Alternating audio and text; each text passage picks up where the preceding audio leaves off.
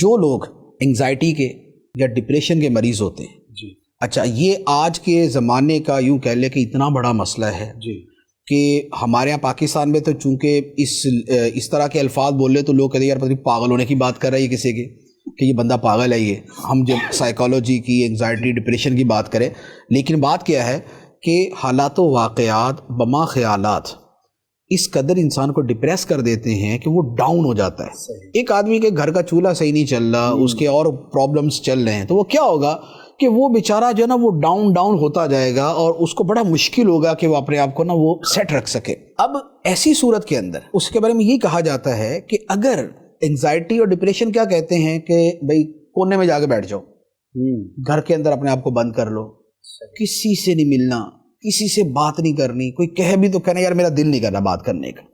اچھا لیکن اس کا نقصان کیا ہوگا؟ اس کا نقصان یہ ہوگا کہ وہ کیفیت اور بڑھ جائے گی. سٹریس ہوگا تو انگزائٹی بن جائے گی, انگزائٹی ہوگی تو ڈپریشن بن جائے گا. اس کا طریقہ یہ ہے کہ انسان وہ جو اس وقت اس کا دل کر رہا ہے نا اس کے الٹ کرے. اس کا دل کر رہا ہے بالکل کونے میں جا کے بیٹھے, وہ لوگوں کے درمیان جا کے بیٹھ جائے. اس کا دل کر رہا ہے کہ کسی سے بات نہ کرے, وہ 10 آدمیوں سے جا کے بات کرے. اس کا دل کر رہا ہے کہ گھر سے باہر قدم نہ رکھے, وہ سیدھا جا کے کسی خوشگوار جگہ پہ بیٹھ جائے. جب وہ اپنے آپ کو کوشش کر کے فزیکلی چینج کرے گا تو اس کا اندر بھی چینج ہونا شروع ہو جائے گا.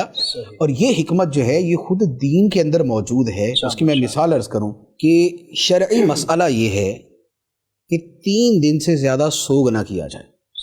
ٹھیک ہے, 3 دن کے بعد گھر میں نہ بیٹھے رہیں. جو کام کرنے والا ہے وہ اپنے کام پہ جائے, جو آفس والا ہے وہ اپنے آفس جانا شروع ہو, اور جو گھر کے اندر بالکل سب اس کیفیت اور انداز کے اندر تھے اب وہ اس کو چھوڑ دیں. اچھا لوگ جو تعزیت کے لیے آ رہے تھے تو ان کے لیے بھی فرمایا کہ بہتر یہی ہے کہ 3 دن تعزیت کے اس کے اندر اندر آئے. یعنی ویسے تو اجازت ہے اگر بندہ دوسری جگہ تھا تو بعد میں آ کے تعزیت کر لے, لیکن یہی ہے کہ 3 دن کے اندر اندر اس کو وائنڈ اپ کر دیں. اور اس کے بعد پریکٹیکلی آپ جو ہے وہ باہر نکلیں اور آپ اپنے معمولات کے اندر مشغول ہو جائیں. اس لیے آپ نے دیکھا ہوگا کہ کبھی ایسا جیسے کسی بھی جگہ ہوتا ہے تو 2-3 دن کے بعد جو اس کے دوست احباب آتے ہیں اس کو یہ بولتے ہیں نا چلو بیٹا اپنے کام پہ جانا شروع کر دو, اپنے آفس جانا شروع کر دو, اب جوائن کرو. کیا ہے یہ کہ اگر وہ بیٹھا رہے گا اس کی کیفیت تو یہ تقاضا کر رہی ہے کہ بیٹھا رہے, لیکن اس کیفیت سے نکلنے کے لیے ضروری ہے کہ وہ خود بھی باہر نکلے.